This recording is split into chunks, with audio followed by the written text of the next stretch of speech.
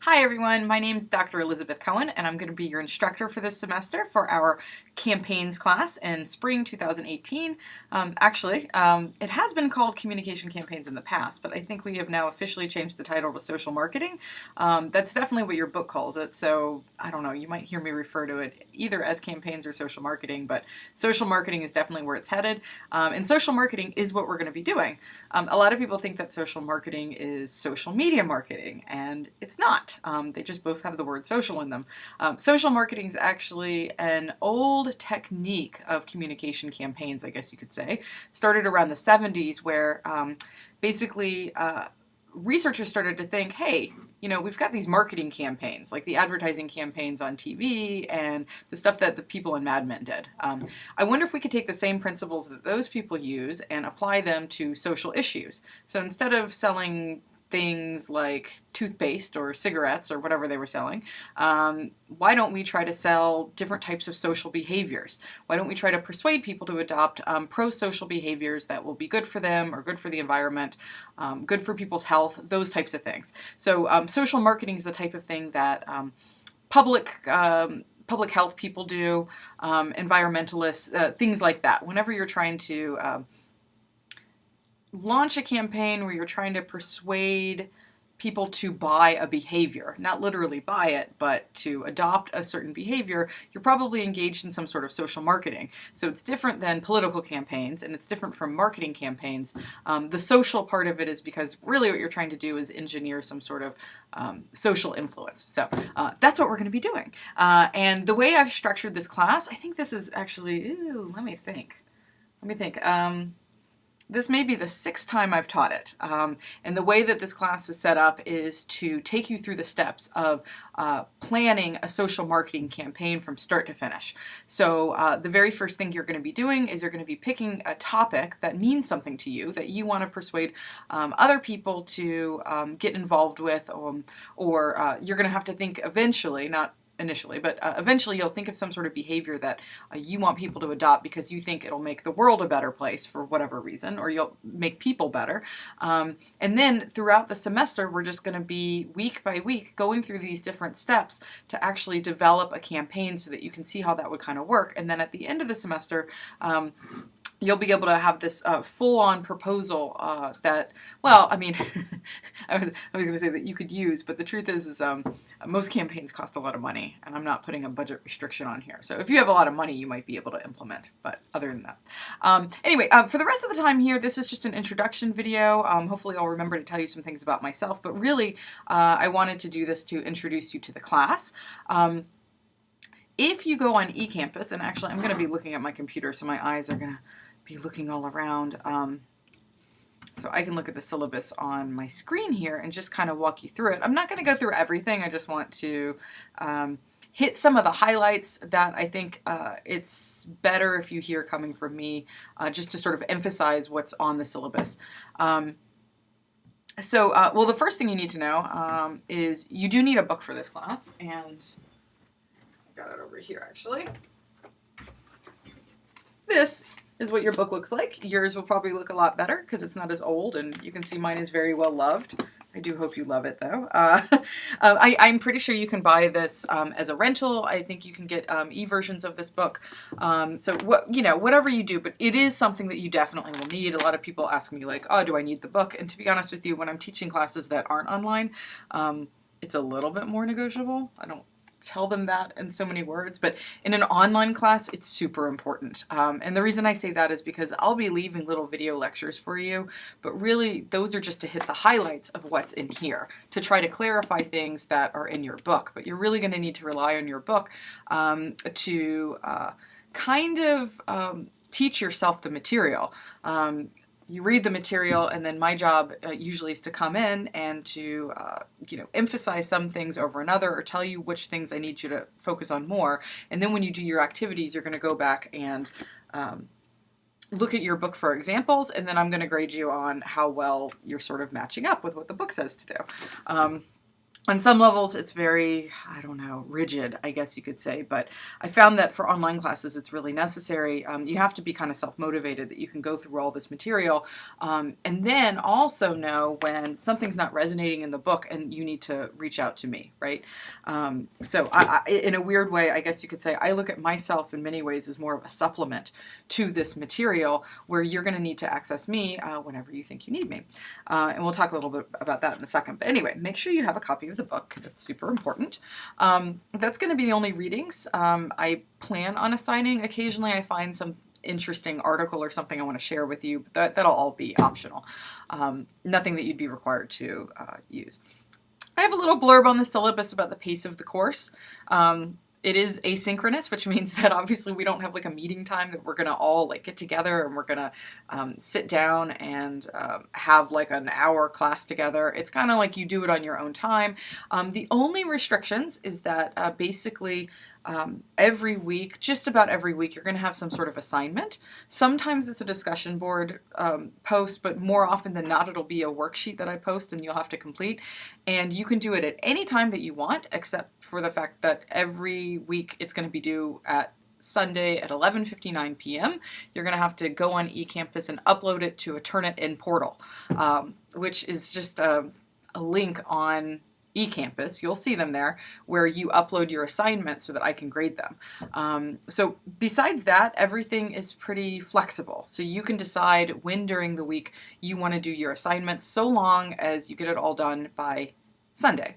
The only small exception to that, which I'll remind you of later, is when we do discussion board posts, because I'll want you to respond back to everyone. I do ask that you at least post your first post before Thursday of that week, by the end of Thursday. So that way people have the weekend to respond back to you and you can see the feedback and stuff like that. But if it's any consolation, I only have, again, maybe two, not including your introduction this week, only like 2 formal discussion board posts. So most of the time that Sunday afternoon deadline will work perfectly. Let's see. Contacting me. Okay, right. So this is a really, really important issue. Email is the best way to get in touch with me. But having said that, I have found that one of the best ways to work together is having telephone conversations. Sometimes it's just better to talk in person.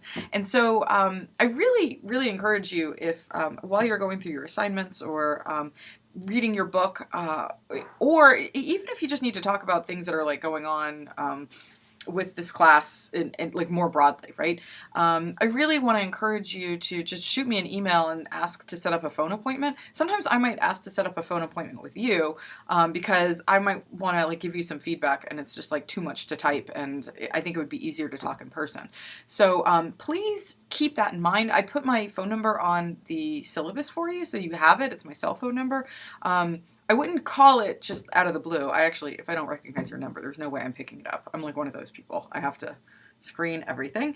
But if I'm expecting your call, obviously I'll carve out some time to make sure that we have plenty of time to talk. And another good thing about setting up an appointment with me is that if we need to go over something, I can pull up everything on my computer and be in a good place to look that over. But the bottom line is email's a great way to get in touch with me. On the weekends, I'm a little bit slower, but in general, I check my email quite frequently. And then a more rich way to communicate would be by the phone. And so I want you to have that in your back pocket. Just send me an email so we can set up a time to talk. But again, I really can't emphasize enough how, every time I've taught this course, how much I feel like we can get done in a short phone conversation. Because so much of this stuff online, it just gets a little monotonous sometimes. So keep that in mind. I will, by the way, though, when I post weekly announcements and stuff, as far as contacting you, I don't usually send out emails to you. I don't like to blow up people's email. I do post at least once a week some sort of announcement to eCampus. Sometimes there's nothing really in the announcements. I'm just kind of being like, hey guys, good job on your worksheet, or hey, don't forget you've got a discussion post this week, or those types of, reminders. There's usually no big announcements or anything like that. But still, this is an online class, and just because, in case anything comes up, I really want you to get in the habit. I know everybody says this, but I really want it. I really want you to get in the habit of logging into eCampus at least once a day in the same way that you would check your email or something like that. Even if you don't plan on doing anything, just to make sure that something hasn't come up or something hasn't changed. So please try to get in the habit of that. Okay, so you can see on your syllabus also there I have a little point distribution down here, and it gives you kind of a layout of how you're going to get your final grade in this class. You'll notice the first thing on here were 16 points out of 200. There's 200 points available for the whole class that you could earn during the semester. The first thing you got to do is take a syllabus and eCampus quiz. This is on eCampus. So in order to get to the eCampus quiz, you have to log into eCampus. And it's a quiz that you can take as many times as you want that just asks you questions about things on the syllabus, course policies, or the way that eCampus is organized. And once you take that, you need to make sure you get a perfect score. And the good news is you can take the quiz as many times as you need to in order to get a perfect score. So if you miss one question the first time, take it again until you get all the questions right. And then you'll get your 16 points. But I want you to get all 16 points. And the reason for that is because the reason I have you do this quiz is because I want to make sure you know the policies and you know where to find things in eCampus. So I'm making that a requirement. But it's worth 16 points, which is just pretty heavy out of 200 points. The rest of the week-to-week assignments are only going to be worth 7 points, but you're going to have a lot of them. So it's going to add up to 84 points. Like I said before, these weekly assignments are going to kind of vary, but more often than not, you're going to be having these worksheets. They're going to be Word documents that you download and you type up your answer, look it up in the book, whatever, and then you re-upload it back into eCampus.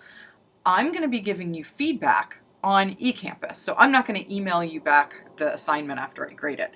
The way I grade it is by going into eCampus and clicking on it on my computer, and then I type the feedback directly on the assignment that you submitted. That's why I have you use the Turnitin portals. A lot of people use that for plagiarism. I'm not really concerned about plagiarism on these weekly assignments. It's not like the type of thing that people can plagiarize very easily.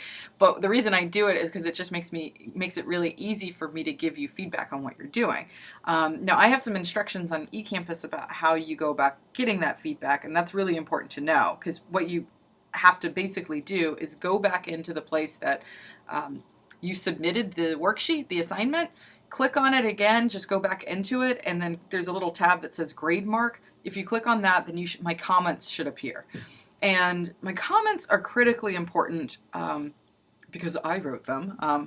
That's part of the reason. No, the reason my comments are really important in a class like this is because a lot of these assignments that we're going to be working on each week are cumulative, which means that basically what you do this week is building on what you did last week. So if you didn't get something completely right last week, then it's going to affect how you do this next week. So it is super, super, super, super important that before you do a worksheet, for whatever week you're on, you go back and you look at my comments and feedback from the week before so that you can integrate it. Otherwise, besides the fact that you won't get as high a grade as you could on the worksheet you're working on now, you're also going to start falling behind in the whole campaign process. So yeah, I mean, there's actually really no nice way to say this, but I'm kind of a huge bitch about reading those comments. And I might even, if I sense that you're not getting those comments, I might stop making them because I'll get frustrated and say can we set up a phone meeting so we can figure out what's going on? I've had issues like that. And sometimes I find that the reason that people aren't reading the comments is because they didn't know they were there. So I'm telling you now, they are there. You just have to know how to find them. And if you go into your worksheet and you don't find them and you need help, all you got to do is ask, and I'll try to help you get there, okay? So just make sure you're looking for those comments. Super important. Huge bitch about the comments. Sorry, I won't be using profanity very much in my lecture. That's the extent of it, but I had to make a point. Okay, so, and like I said, it's sometimes if you don't have a worksheet due that week, you will have a discussion, so there's that. And then the culmination, the climax of the semester is going to be all of those worksheets that you do. All these weekly assignments are going to be, you can think of them as pieces for a larger puzzle, and that puzzle is this final campaign proposal. If you take this class in the most efficient way possible, what you should be able to do by the end of the semester is take all of the work that you've done in your worksheets and just flesh it out into a larger proposal. Your proposal is basically a final paper. I have an example, if you're interested, of what a final proposal is going to kind of look like to give you like an idea of how this is going to work throughout the semester, or how all of the things that you do throughout the semester are going to fit into what you're going to be doing at the end. And you can see that your campaign proposal is worth just about as many points as the worksheets themselves. So the worksheets, the little individual components, are worth the same amount as the whole, the final project, which is about 80 points. And then at the end, and I like to keep this kind of relaxed, just because one of the things that is like really horrible for me, and I'm guessing you too, about taking these online classes is that you don't really get the feeling of a class all the time, and it's hard to see what other people are doing. I like to end this semester with people posting their own videos, kind of like the one I'm doing right now, where they just share kind of a show and tell of their campaign, kind of pitch what they've done, and so that everybody else can see what everybody else has been working on for the rest of the semester. And so that is the final thing that we'll be doing at the end of the semester, and that's worth 20 points. So if you add up your final proposal plus that video, it's 100 points in total, which is half of your grade for the class. Please pay attention to all the deadlines. They are all, for all of these different assignments, the social marketing campaign proposal and the video presentation and all that stuff, all of those assignments are indicated in red on your syllabus. If I were you, I would go ahead and just put them in your calendar so you can, yeah, I don't know, I mean, it's just how my brain works. I like to, when I start a semester, I like to be able to look at like all 4 months combined and just see where things fall. It also helps if you have other classes too, to kind of see what kind of assignments you're going to have going on at the same time. All the other stuff is kind of, you know, things I either already said, things like I have a number here for tech support, which you very well may need. I can help you with things related to this course, but when eCampus starts to do weird things, I am really not much help, but the tech support people are excellent if they're open. So make a note of that. I mean, if you start having issues, know that you can go to the syllabus and find that information. All the other stuff are things that I'm not necessarily going to highlight, but you should definitely look over, and you might even have some questions about it in your syllabus quiz. You can see that in the back of your syllabus, I have a tentative course schedule where it's got deadlines, but it also shows you the different steps that we're going to be going through each week. So next week, actually, what you're going to be doing is you're going to be talking about the steps in a social marketing campaign, and you should be able to look at your syllabus and sort of see how I've laid out those steps throughout the semester. So, okay, I think that's it for the main things about the important things I really want you to know about how the class is going to run. The only other thing I was just going to kind of leave you with was a little description of me, so you know a little bit about who's teaching you. My name, again, is Dr. Elizabeth Cohen. I moved to Morgantown about, well, I guess, God, this is my 6th year here. I'm going up for tenure this year. I got my undergraduate, my master's degree, and my PhD at Georgia State University in Atlanta. And I did live in Atlanta my entire life until coming to West Virginia, and I'm so happy I came to West Virginia. I love it here. We recently bought a house in the woods, which has always been a dream of mine. And when I got a job at West Virginia University, I knew that that was going to be a possibility. So I'm definitely living the dream now of being a hermit. That's one thing I really like about teaching online classes, by the way. You can be anywhere. I have, my husband is an online journalist, so he also gets to work from home in his pajamas a lot, which is great. And we have one dog. We have a pug named Fergus, who is adorable. I think I've got a little picture of him on eCampus if you're interested in seeing pugs. We don't have any kids. Fergus is, you know, we're like those stereotypical people with the dog baby. What else do I need? What did I tell you? Oh, so what do I normally read? So the reason I teach social marketing is I've actually, I study media. So I study media effects. And even though this class is not all about media, at the end of the campaign process, what it's really about is how do you get your message out there? And that's kind of like my component. I'm interested in message design and message dissemination. So like I said, a lot of this stuff that we're going to be talking about up until, I don't know, the last few weeks of class is going to be focused on audiences and behaviors and stuff like that. But it all culminates in okay, now that you know what you want to persuade people of, or what you want to try to get people to do, how does the media come into play that? And I have had some experience working on the development of some social marketing campaigns. For instance, in Atlanta, I was involved in a project that was doing research to try to figure out how to get people to stop abusing the emergency services. Actually, I shouldn't use the word abuse, misuse. A lot of people will go to the emergency room because they don't have health insurance, right? But the problem is that will clog up the emergency room. So we were interested in designing interventions and getting messages out that would inform people of other things they could do instead of going to the emergency room when they had a health problem, things like that. I also study a lot of entertainment media, which isn't really part of this class, but I study things like binge watching and what are the psychological effects of that. I study things about related to the stigma of mental illness. So I'm interested in, for instance, how things that happen to celebrities or things that happen on entertainment shows, like I've done some stuff on Monk, if you remember that show, did some stuff on when Robin Williams died, how all of these different media events affect people's perceptions of mental illness and the stigma that surrounds mental illness and stuff like that. So when I'm not teaching this class, I might be teaching classes related to things like that, or I might be doing research on those types of things. And that's what I spend a lot of my time doing, and I love it.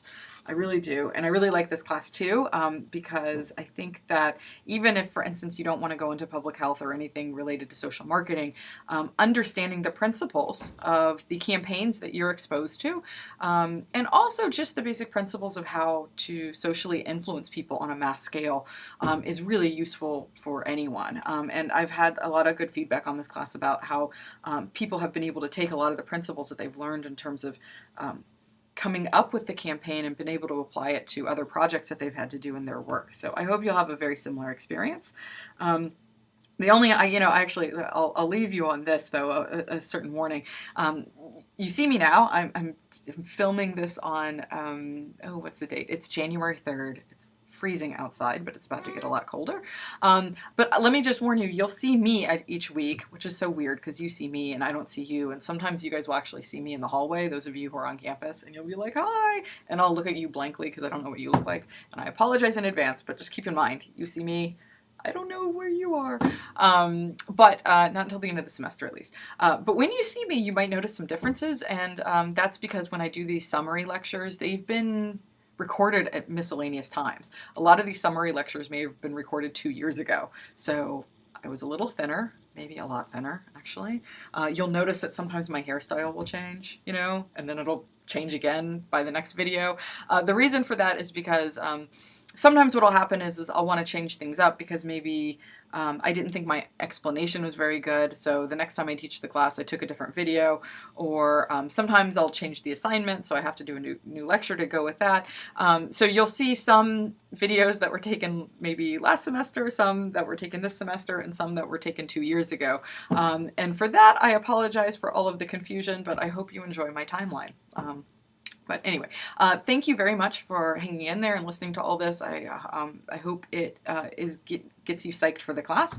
And I look forward to meeting you. I want you to go ahead on the eCampus discussion board for our class, and please introduce yourself to me. You guys probably already know each other from other classes, and I get it, but I appreciate getting to know a little bit about who's in the class. And then once you do that, make sure you take your syllabus and eCampus quiz before the end of the first week, and that'll get you off to a really great start. So thank you very much. Looking forward to seeing you. Bye.